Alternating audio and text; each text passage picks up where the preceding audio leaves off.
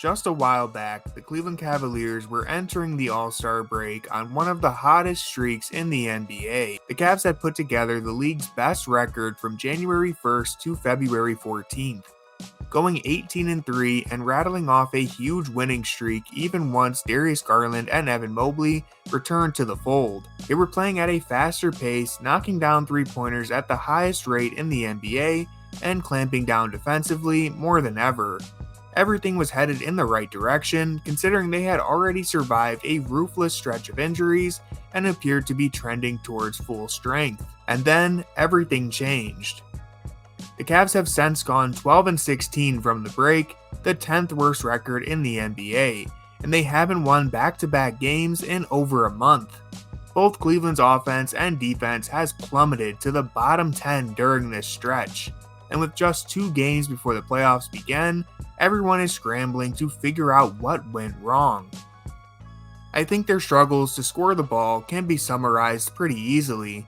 Donovan Mitchell, who was blazing an All-NBA campaign and even daring to join MVP conversations, has been hobbled with a knee injury since All-Star Weekend. He went from averaging nearly 30 points per game to just 18 points upon his return.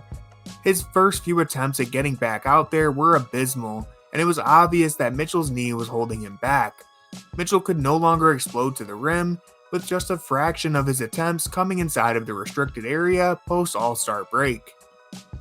Most teams will struggle when their lead scorer falls to injury, and the Cavs are no exception, but it was Darius Garland's inconsistencies during this run that made it even more difficult for the Cavs to survive.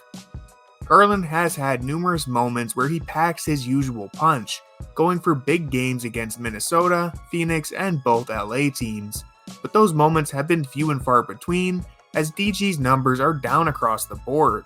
The list of injuries is long, but nothing has impacted Garland more than the 13 pounds he lost after fracturing his jaw in December.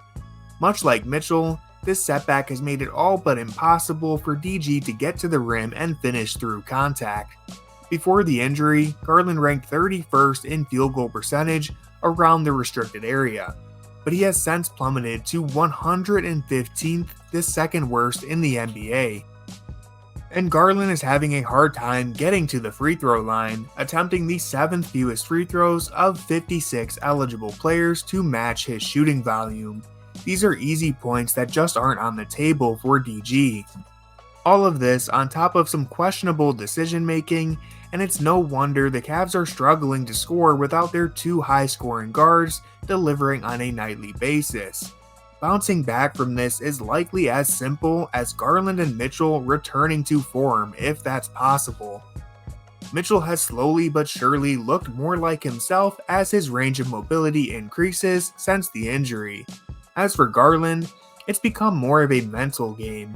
While yes, the weight he has lost will impact him for the rest of the season, it's important that Garland stays aggressive by shooting the ball and continuing to attack the rim even if he has lost confidence. Take this play for example, where Garland inexplicably throws a lob rather than trying to finish over KCP. This can only be described as overthinking it, and if Garland wants to overcome adversity, he'll have to clean up the finer aspects of his game and remain aggressive. There are surely other issues that plague Cleveland's offense, but those will be covered up if Garland and Mitchell can get back to running the show with authority. The emphasis placed on adding shooting around the core has paid off throughout the season, even if it doesn't always feel like it. This team has drilled a franchise record for three-pointers and has shown they're capable of playing at a faster pace with the type of volume we've come to expect from a modern NBA team. But this isn't a ship that can steer itself, and at the end of the day, the backcourt has to take charge. Moving to the defensive end of the floor, this is where things have been truly disappointing for Cleveland. Defense has always been their identity, finishing with the best defensive rating in the NBA last season and placing 5th the year before. While the Cavs still rank in the top 10 this season, they have dropped to 22nd in defensive rating since the All-Star break. And they are rebounding at one of the worst rates in the league. Call it a lapse of focus, poor effort, or both, but the Cavs just aren't as connected as they were in the past. We've seen little resistance from the point of attack and countless miscommunications from all across the roster. While some of this can be a result of losing Isaac Okoro and Dean Wade for most of this stretch, the constant errors have made the margins too thin for Cleveland to overcome. Here are two instances in the same quarter of Caris LeVert having no idea where his man is and getting burned for easy buckets. Booker and Durant outscoring Cleveland. They have combined for 33 as Bol gets... The Cavs rely heavily on Mobley and Allen to cover the gaps in this defense. The two bigs act as super band-aids, making up for the lack of size around them.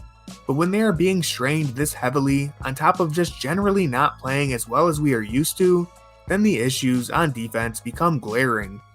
Garland, LeVert, and Mitchell have not offered enough resistance at the point of attack to make this thing work, and there's only so much that Allen and Mobley can do to save a defense that is sinking this rapidly. And all of this ties in full circle. Their inability to get stops makes it more difficult to score points. Their pace has dropped as their opportunities to push in transition, or even semi-transition, have depleted. And underlying all of this is the simple fact that the roster from top to bottom is as banged up as they have ever been. The Cavs are limping to the finish line, and they will only get a brief chance to rest before the playoffs begin next weekend. But momentum can shift very quickly in the NBA, as the Cavaliers have seen for themselves all season long. Finding a way to win Game 1 of a playoff series could be all it takes to change their fortunes once again.